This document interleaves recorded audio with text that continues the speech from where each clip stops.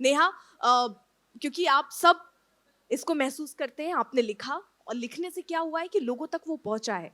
आपने क्या चेंजेस, क्या परिवर्तन महसूस किए अपनी लेखनी के बाद, अपनी जिंदगी में, अपने सोसाइटी में, लोगों के दृष्टिकोण में क्या परिवर्तन आपने अपनी लेखनी के बाद महसूस किए?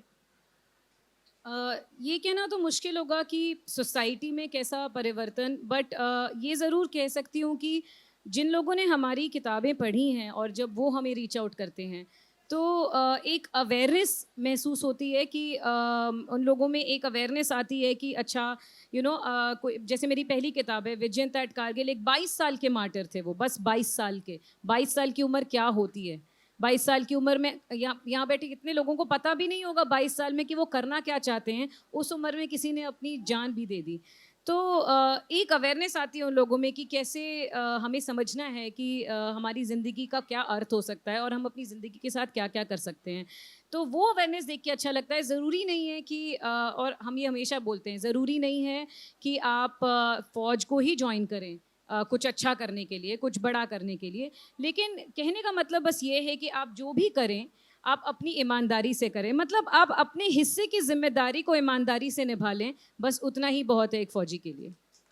तो और एक और चीज जिसका ये एग्जाम्पल दे रही है, 20 साल, ये दो जो आपको दिख रही होंगी, ये ऐसा लग रहा है कि बहुत कम उम्र में शायद आप इतना समझने लग गए, इतना जान गए, इतने अपनी उम्र से। मुझे लगता है जो मेच्योरिटी आपने महसूस की शायद इन्हीं परिस्थितियों की वजह से, नेहा।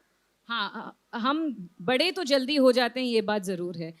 ओवरनाइट लगता है कि कुछ साल ऐड हो गए। आज भी मैं कभी किसी की शहादत पे अगर इंटरव्यू वगैरह देख रही होती हूँ बच्चों का, तो मुझे अपने टाइम पे याद आता है कि मैं 12 साल की थी और मेरी मम्मी थोड़ा शाय हैं कैमरा को लेके, अभी भी वैसे पीछे-पीछे रह रही हैं।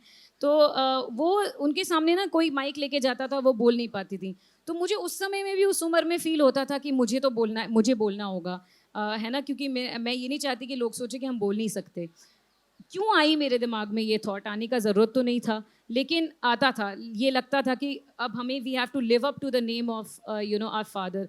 थोड़ा प्रेशर भी फ़ील होता है क्योंकि लोग सोचते हुए ये ना बहादुर बाप की बहादुर बेटी वाली चीज़ बहुत होती है। But we understand, I mean I hope सब लोगों को ये बात समझ में है कि हमारी भी एक जर्नी है।